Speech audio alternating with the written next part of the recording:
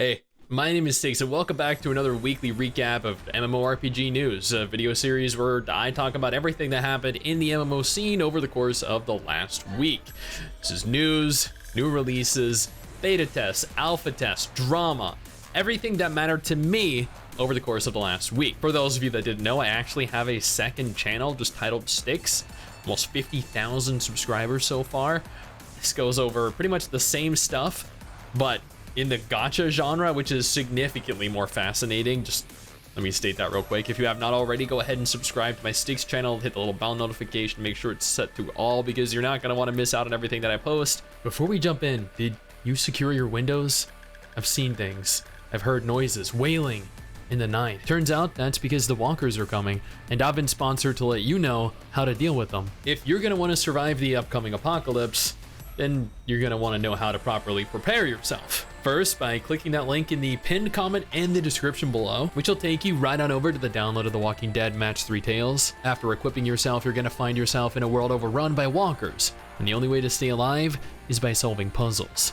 The Walking Dead Match 3 Tales is a puzzle RPG where players fight and strategize with unique characters like Rick and Glenn and character skills. It expands on the Walking Dead comic universe and brings the world to life in a new original way, featuring a deep narrative and full voice acting. If you've ever wanted to explore the world of The Walking Dead, then now is the perfect time. They're running a friend invite event, which provides VIP tickets that are incredibly useful for players. And you can do so by clicking the link in the description and the pinned comment below. And trust me, you're gonna, oh God, they're The Walking Dead Match 3 Tales. Now let's go ahead and jump right in because honestly, we have a lot to talk about.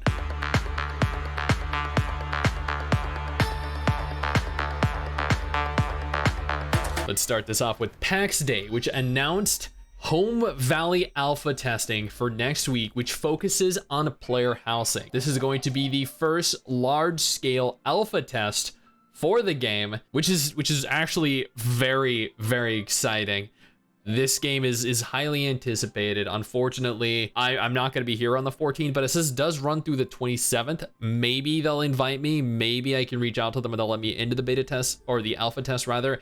Not entirely sure if they're even ready for this to be seen public yet.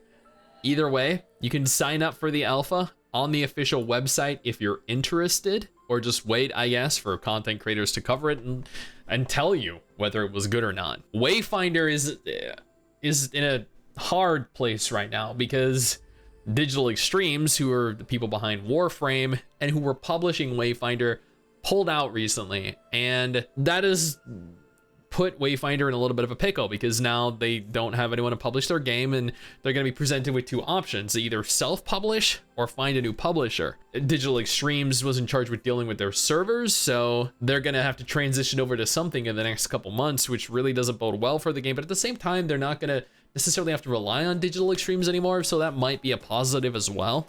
Either way, there are going to be some major shifts coming for the game ahead of their free-to-play launch coming at some point in 2024. If the game makes it that long, and I genuinely hope it does. Throne and Liberty had a producer's letter, part 4, actually, where they went over a lot of information concerning PvP, concerning monetization. It's honestly worth a read if you're interested. This is translated from Korean into English, so there are going to be some translation issues, but it's a fascinating read. Before we go any further into this video, though, let me take a moment here to thank our incredible patrons over on Patreon and allow for me to continue to do videos like this every single week. Your guys' support is invaluable. Now back to the video. Tarisland is holding their next beta test, second closed beta test globally, on November 15th. I wish I could get into the game, but it's very unlikely. They previewed an upcoming raid, the Battle of Ancash, which honestly looks kind of cool. Like, I think Tarisland does look really cool. It looks like a mobile WoW, so I feel like it definitely has the potential to be a cool MMO, but at the same time, it also has the potential to be a shit show. CorPunk recapped their second beta test, and I mean, I'm not gonna say I was reached out by the studio to take a look at the game in the near future because I don't know if I'm allowed to. If they approached me for that is. But let's say if I were allowed to say that they might have approached me to take a look at it.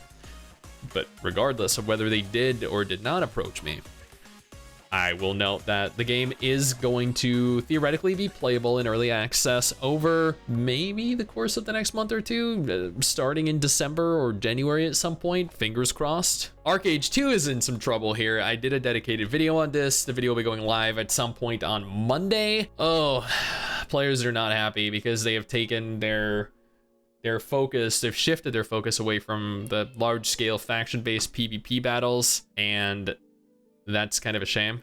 I'll cover this in more detail in the video on Monday. I'd urge you to go ahead and wait for that.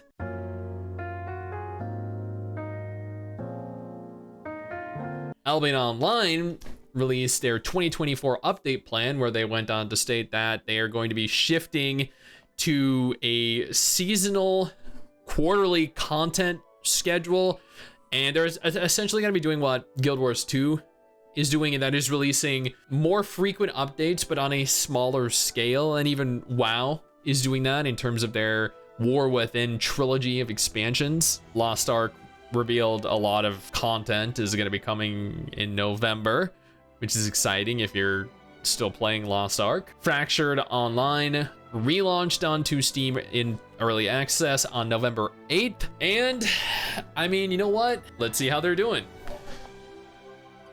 All right, they peaked at 1,500 14 months ago during their beta test. Their early access has peaked at 300, and there are currently 200 people playing right now. So a new MMO that peaked at 300 players.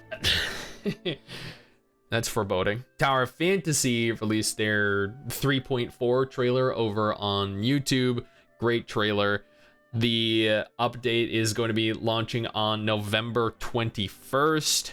For people that still play Tower Fantasy. I know Tower Fantasy has dropped to a point where they're earning the lowest they've ever earned financially in the entire history of the game. So less people definitely playing and spending than there were last month, which I think, according to Statistics Online, the month of November was, I think, like between $400,000 to $600,000 in earnings for mobile exclusively, disregarding PC, disregarding China, disregarding console. So not very high when you compare it to Genshin, which on mobile makes 70 to 80 million globally on mobile alone, and Honkai Star Rail, which makes 80 to 100 million on mobile globally. The Wadoo Chronicles made an announcement that they're going to be hitting early access on the 4th of December, which is exciting because this is actually a very unique upcoming MMO that really hasn't been done by another studio. So I'm kind of excited to see where this goes and how well it ultimately does. Bitcraft talked about a lot of stuff recently, and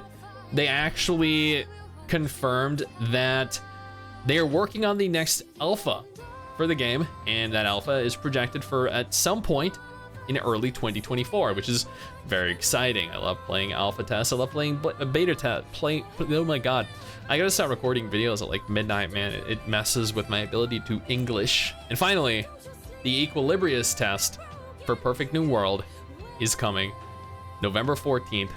I was reached out to, wait, am I allowed to say this? Let's say if I were, this is completely theoretical here. If I were to have been reached out to take a look at the game and to sponsor the game, not to sponsor, to stream the game, then I could do so. And I just so happen to have access to this test phase and will just so happen to be streaming it. How I obtained access to it?